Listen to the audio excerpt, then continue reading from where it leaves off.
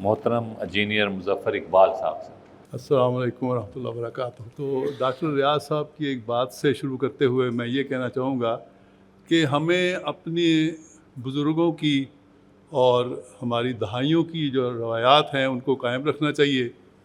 70 की और 80 की दहाई में और 60 की भी बहुत अच्छे ड्रामे पाकिस्तान में बनते थे और बहुत अच्छा थिएटर होता था। अब शायद लोग सिर्फ पैसा ही कमाते हैं और उन्होंने रवायात को छोड़ दिया है।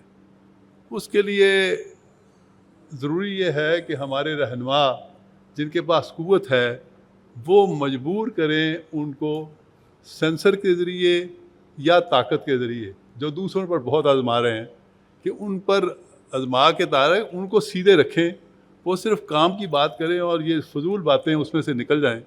तो मैं उम्मीद ये करता हूँ, हालांकि जैसे शायरी एक शेर जो है वो एक किताब से ज़्यादा ताकत रखता है, इसी तरह ड्रामों में और फिल्म में एक ड्रामा या थिएटर जो है वो चंद बातों में ही असल मुद्दा बयान कर सकते हैं और लोगों को रहनुमाई दे सकते हैं।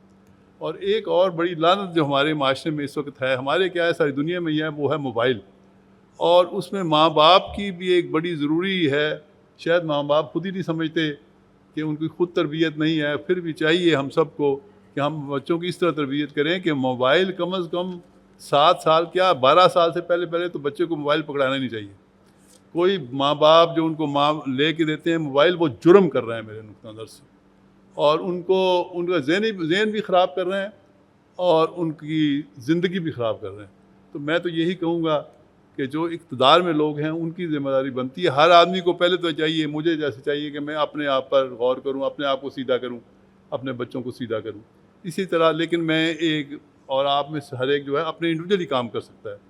माशरे के लिए ज़रूरी है कि जो इक़्तिदार में है वो अल्लाह का खौफ करें और लोगों को अच्छे ड्रामे देखने को मिलें, इतने अच्छे हों कि लोग खुद ही उसकी तरफ जाएं। तो ये इसका हल मैं समझता यही है, हम तो सिर्फ बातें ही कर सकते हैं। अस्सलाम वालेकुम व रहमतुल्लाहि व बरकातुहू।